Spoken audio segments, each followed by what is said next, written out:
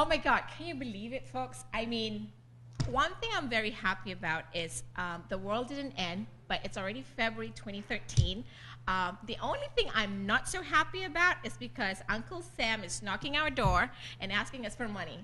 So it's tax time, and it's that time of the year where I think some of us are getting into a panic mode, but don't worry. I actually have a great friend, good friend with me here today. You probably saw him in our video series last December in the holidays.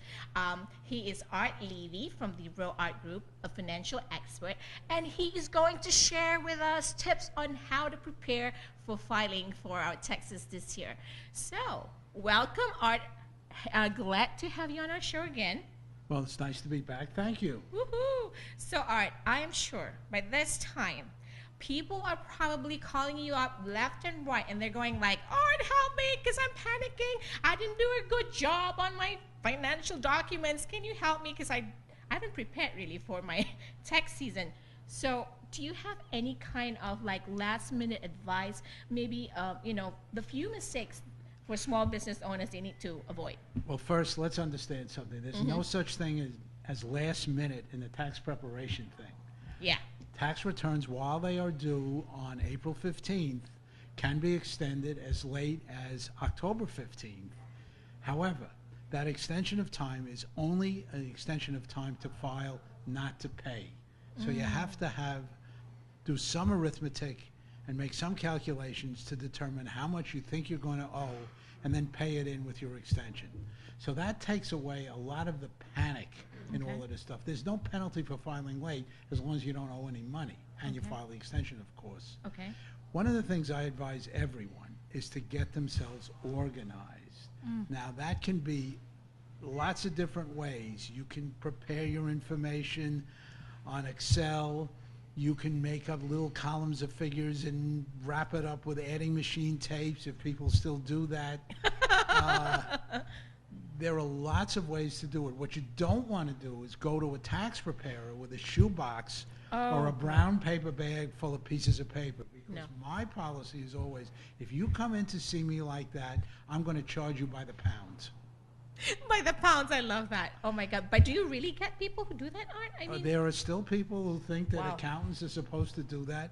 And first of all, what happens is the chances are your return is going to be inaccurate. Because nobody wants to wade through all that stuff. You know, I used to call it, if you have a porcupine return, you know, that's a bad thing. Now, why a porcupine? It's easy. No one wants to touch that stuff. Yeah. And so you want to be careful, and you want to be sure you provide the utmost and accurate, concise information. Let me ask you this. I mean, from a perspective where, maybe somebody who is not probably into doing everything manually, is there any tool that is simple enough out there for somebody who's not like tech savvy to kind of use that tool before they get to you? Well, the thing I would always recommend is there's a product on the market, and I don't represent them, and I don't make a dime by mentioning it, called QuickBooks. Now, QuickBooks works for individuals as well as for small businesses. It's easy, even for people who are not tech savvy to use. And it helps you organize everything you need to get your information organized and together. Yeah, I think the most important thing, like you said, is really about getting organized. Because if you don't get organized, I mean, how do you expect to find anything in that shoebox that you've probably accumulated a year? Am I right? Or more. Or more. Or more. Or more. I mean, there you go. I mean, I used to get people who would come into me with years worth of paper all shuffled together. Oh. I mean, I don't want to look at it. I really don't. Oh, God. and most tax preparers don't want to wade through all of that stuff. They just don't have the time. They don't have the interest. They'll do a less efficient, I was going to say a lousier job, and it really is a lousy. They really will do a much poorer job if you just bury them with a bunch of stuff that they don't really need. I agree. So, I'm now thinking about that too. I mean, charge by the pound. So if there's some other accountants out there, you might take that tip from Art, charge them by the pound. So they may want to get a little bit more organized moving forward.